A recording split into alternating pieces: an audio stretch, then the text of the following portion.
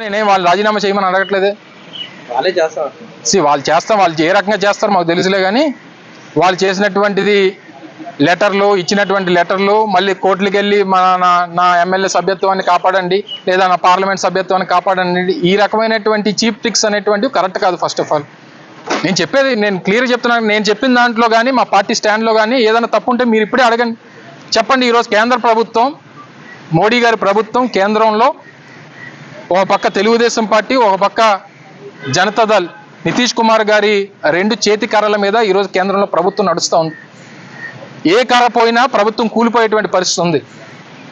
ఇంకో 4 సంవత్సరాలు 9 మాసాలు ఇంకా కాలం ఉంది. ఈ సమయంలో ఇటువంటి హుకుం జారీ చేయాల్సినటువంటి బాధ్యత ఈరోజు రాష్ట్రంలో ఉన్నటువంటి ప్రభుత్వం మీద ఉంది. నిజంగా ఆ రోజు కూడా మా మద్దతుతోనో లేదా మా అవసరంతోనో ఆ రోజు కేంద్రంలో ప్రభుత్వం ఏర్పాటు ఉంటే డెఫినెట్గా అదే చేసేవాళ్ళం.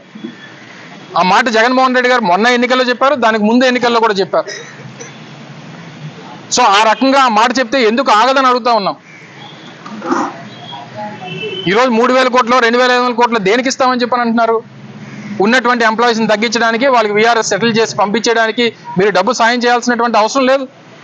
ప్లాంట్ని ఏ రకంగా కాపాడాలి, ప్లాంట్ని ఏ రకంగా ప్రైవేటైజ్ కాకుండా చూడాలనేటువంటి దాని మీద ఏదైనా సలహాలు సూచనలు మీరు ఇచ్చుంటేనో, మీ నిర్ణయాలు చెప్పుంటేనే బాగుండేది అనేటువంటిది మేము చూస్తూ ఉన్నాం. నేను ఆ రోజు కూడా గాజువాక నుంచి పోటీ చేసినప్పుడు కూడా చెప్పాను. నిజంగా ఆ రోజు నరేంద్ర మోడీ గారు అనకాపల్లి వచ్చినప్పుడు చెప్పడం జరిగింది. ఆయన రాకముందే చెప్పాం, మీరు మోదీ గారితో ఒక ప్రకటన చేయించండి, వాళ్ళు మేము పోటీ కూడా పడాం, మేము విత్డ్రా అయిపోతాం అనేటువంటి మాట చెప్పాం. ఇది రాజకీయాలకి ఒక 5 సంవత్సరాల పదవి కోసం, ఇంకో దానికోసం ఇన్ని కోట్ల మంది ప్రజల తాలూకు సెంటిమెంట్ అయినటువంటి స్టీల్ ప్లాంట్ని ఏమి చేసినా సరే, ఎంత త్యాగం చేసినా సరే దానికి తక్కువే అనేటువంటి విషయాన్ని మరొకసారి ఈ సందర్భంగా తెలియజేస్తా ఉన్నాం. వైఎస్ఆర్ కాంగ్రెస్ పార్టీ పోరాటానికి ఎప్పుడు మద్దతు పలుకుతూనే ఉంటుంది. దీన్ని కాపాడుకునేటువంటి దానికి మా వరకు ఎంతవరకు వెళ్లాల్సిన అవసరం వచ్చినా అంతవరకు వెళ్తాం అనేటువంటి విషయాన్ని కూడా తెలియజేస్తాం.